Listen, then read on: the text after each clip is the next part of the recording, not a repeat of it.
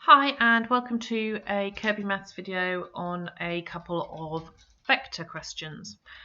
This is question number 1 and we are given a diagram of a parallelogram. We are told that the vector OP, which goes from O to P, has a value of 2 unit vector P, and the vector from O to R, OR, has a value of 2 of the unit vectors R. We are also told that M is the midpoint of OQ. So as we go along OQ in that direction, the arrow is going that way, M is the midpoint there. When we are given a midpoint, it is quite useful to put onto the diagram, maybe in a different colour, that is halfway along and that is also halfway along that long vector OQ. So part A then, where we have to find out what the vector OM is in terms of P and Q.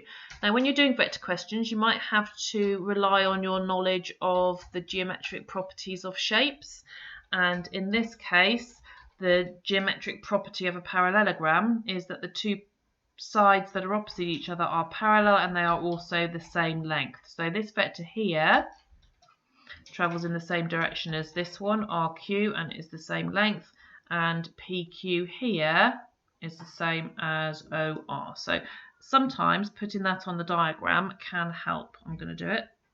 2R and this is 2P.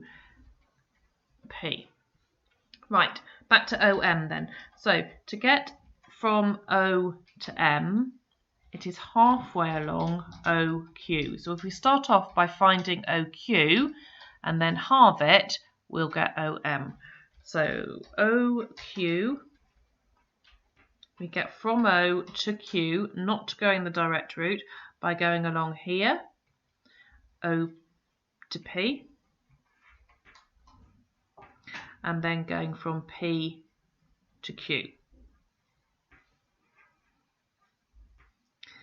Because of the parallelogram geometric properties, we have put these vectors in already.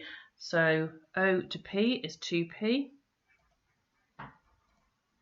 and P to Q is 2R,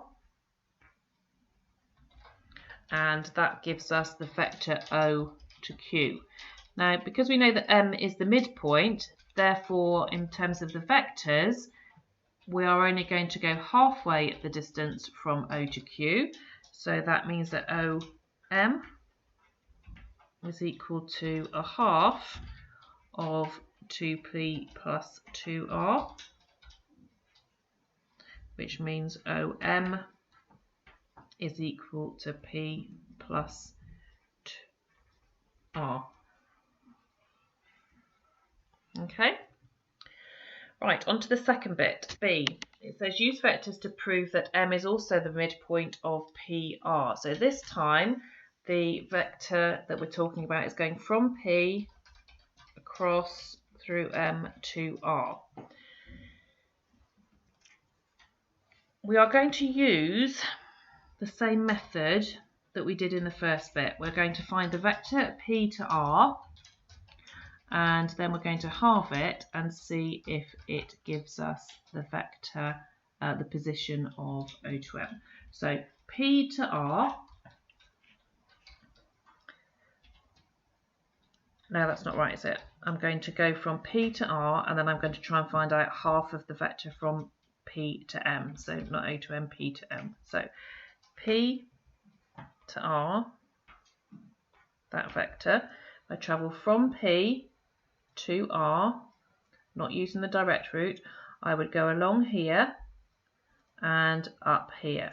So I would go minus 2P, because I'm going the wrong way along this vector, minus 2P plus 2R.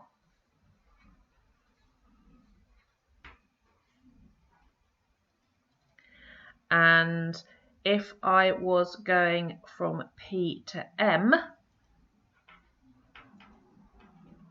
again, not the direct route, I would go minus 2P plus OM. So P to O plus O to M. P to O is minus 2p. O to M we've just found is P plus R. Tidy this up and we get PM is equal to minus 2p plus a p, so that's just minus 1p or minus p, and plus R. And now we are going to compare these two vectors. Oh, sorry, I've gone off the bottom. We're going to compare these two vectors, PR and PM. So I'm going to factorize this one. So PR is equal to 2 lots of minus P plus R. And PM is equal to minus P plus R. And can you see that this is half of this? So we've got 2 lots of minus P plus R and just 1 lot of minus P plus R, and therefore that must make M the midpoint. So we would write something to that effect in a sentence. Since PM is equal to half of PR, M must be the midpoint of PR.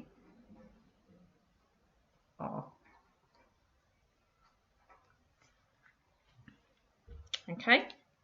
Again, like I said in the previous video on vectors, it's important when you're going through this that you watch the video and pause it at different points just to make sure you know what I'm talking about, because when I do these vector questions I have to take it quite slowly and make sure I'm using my pen to trace along the path that I'm going to get a particular vector. Okay, thanks for watching.